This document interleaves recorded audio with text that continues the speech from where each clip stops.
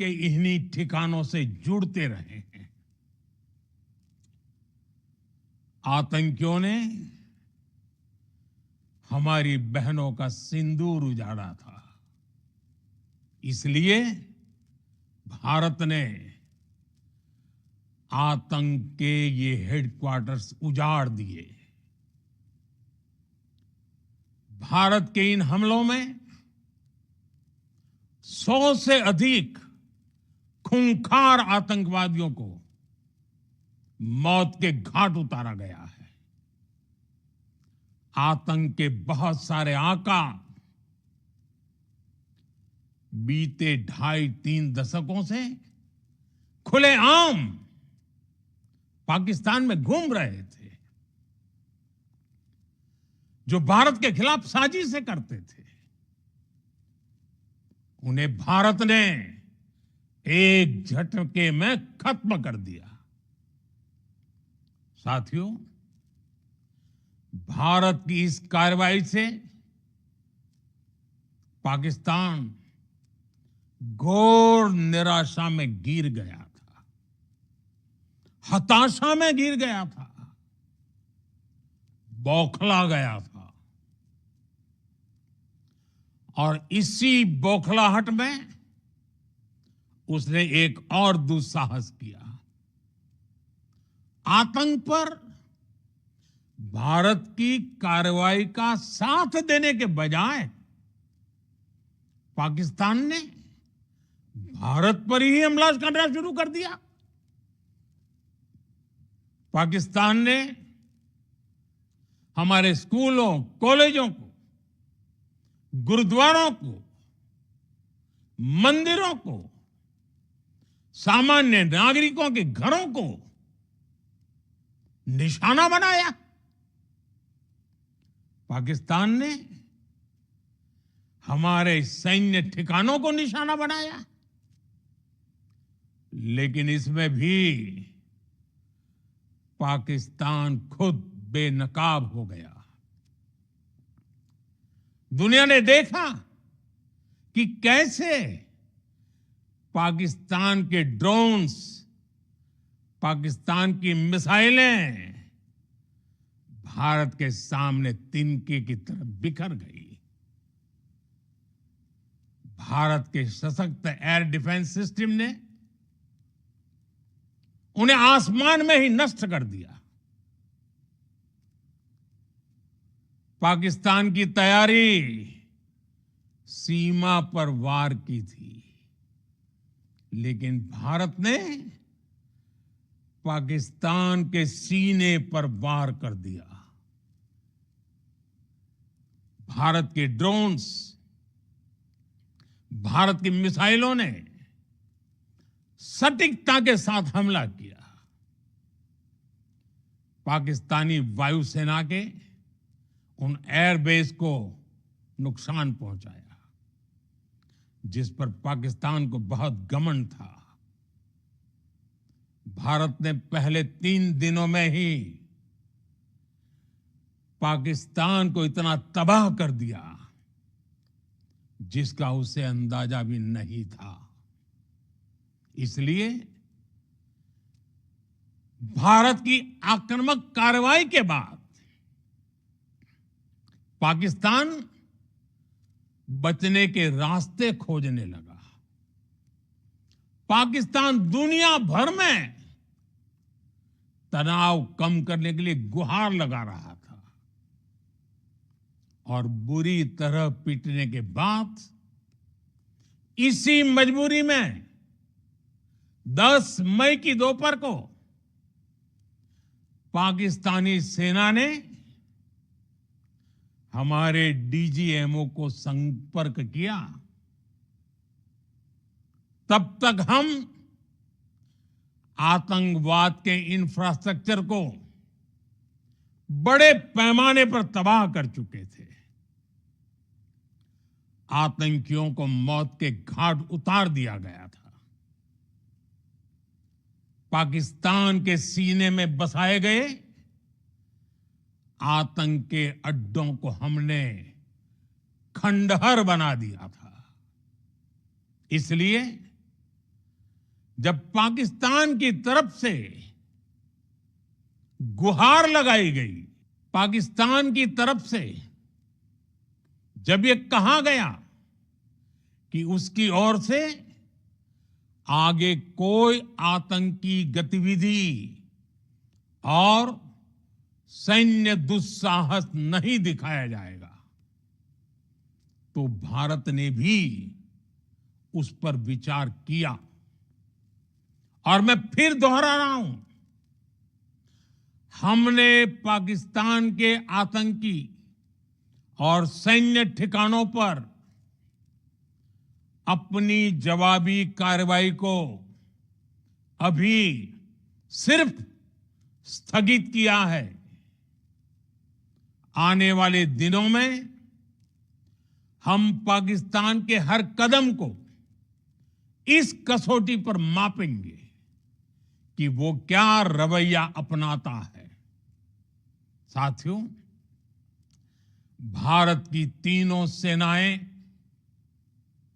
हमारी एयरफोर्स, हमारी आर्मी और हमारी नेवी, हमारी border security force BSF, Bharat के अर्धसैनिक बल लगातार अलर्ट पर है।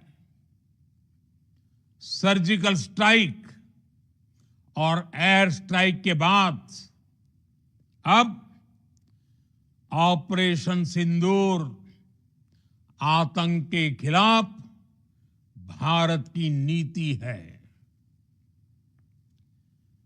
ऑपरेशन सिंदूर ने आतंक के खिलाफ लड़ाई में एक नई लकीर खींच दी है, एक नया पैमाना, न्यू नॉर्मल तय कर दिया है।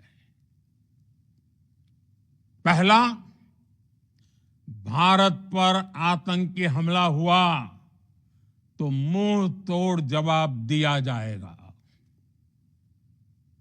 हम अपने तरीके से, अपनी शर्तों पर जवाब देकर रहेंगे। हर उस जगह जाकर कठोर कार्रवाई करेंगे जहां से आतंक की जड़ें निकलती हैं। दूसरा, कोई भी न्यूक्लियर ब्लैकमेल भारत नहीं सहेगा। न्यूक्लियर ब्लैकमेल की आड़ में पनप रहे आतंकी ठिकानों पर भारत सटीक और निर्णायक प्रहार करेगा। तीसरा, हम आतंक की सरपरस्त सरकार और आतंक के आकाओं को अलग अलग नहीं देखेंगे। ऑपरेशन सिंदूर के दौरान दुनिया ने पाकिस्तान का वो घिनौना सच फिर देखा है, जब मारे गए आतंकियों को विदाई देने पाकिस्तानी सेना के बड़े बड़े अफसर उमड़ पड़े। स्टेट स्पॉन्सर्ड टेररिज्म का ये बहुत बड़ा सबूत है। हम भारत और अपने नागरिकों को किसी भी खतरे से बचाने के लिए लगातार निर्णायक कदम उठाते रहेंगे। साथियों, युद्ध के मैदान पर हमने हर बार पाकिस्तान को धूल चटाई है और इस बार ऑपरेशन सिंदूर ने नया आयाम जोड़ा है। हमने रेगिस्तानों और पहाड़ों में अपनी क्षमता का शानदार प्रदर्शन किया और साथ ही न्यू एज वॉरफेयर में भी अपनी श्रेष्ठता सिद्ध की। इस ऑपरेशन के दौरान हमारे मेड इन इंडिया हथियारों की प्रामाणिकता सिद्ध हुई। आज दुनिया देख रही है 21वीं सदी के वॉरफेयर में made in India defence equipments, इसका समय आ चुका है। साथियों, हर प्रकार के आतंकवाद के खिलाफ हम सभी का एकजुट रहना, हमारी एकता हमारी सबसे बड़ी शक्ति है। निश्चित तौर पर ये युग युद्ध का नहीं है, लेकिन ये युग आतंकवाद का भी नहीं है। टेररिज्म के खिलाफ जीरो टॉलरेंस, ये एक बेहतर दुनिया की गारंटी है। साथियों, पाकिस्तानी फौज, पाकिस्तान की सरकार जिस तरह आतंकवाद को खाद पानी दे रहे हैं, वो एक दिन पाकिस्तान को ही समाप्त कर देगा। पाकिस्तान को अगर बचना है तो उसे अपने टेरर इंफ्रास्ट्रक्चर का सफाया करना ही होगा। इसके अलावा शांति का कोई रास्ता नहीं है। भारत का मत एकदम स्पष्ट है। टेरर और टॉप एक साथ नहीं हो सकते। टेरर और ट्रेड एक साथ नहीं चल सकते, और पानी और खून भी एक साथ नहीं बह सकता। मैं आज विश्व समुदाय को भी कहूंगा, हमारी घोषित नीति रही है, अगर पाकिस्तान से बात होगी तो टेररिज्म पर ही होगी। अगर पाकिस्तान से बात होगी तो पाक ऑक्युपाइड कश्मीर, पीओके, उस पर ही होगी। प्रिय देशवासियों, आज बुद्ध पूर्णिमा है। भगवान बुद्ध ने हमें शांति का रास्ता दिखाया है। शांति का मार्ग भी शक्ति से होकर जाता है। मानवता शांति और समृद्धि की तरफ बढ़े, हर भारतीय शांति से जी सके, विकसित भारत के सपने को पूरा कर सके, इसके लिए भारत का शक्तिशाली होना बहुत जरूरी है। और आवश्यकता पड़ने पर इस शक्ति का इस्तेमाल भी जरूरी है। और पिछले कुछ दिनों में भारत ने यही किया है। मैं एक बार फिर भारत की सेना और सशस्त्र बलों को सैल्यूट करता हूं। हम भारतवासी के हौसले,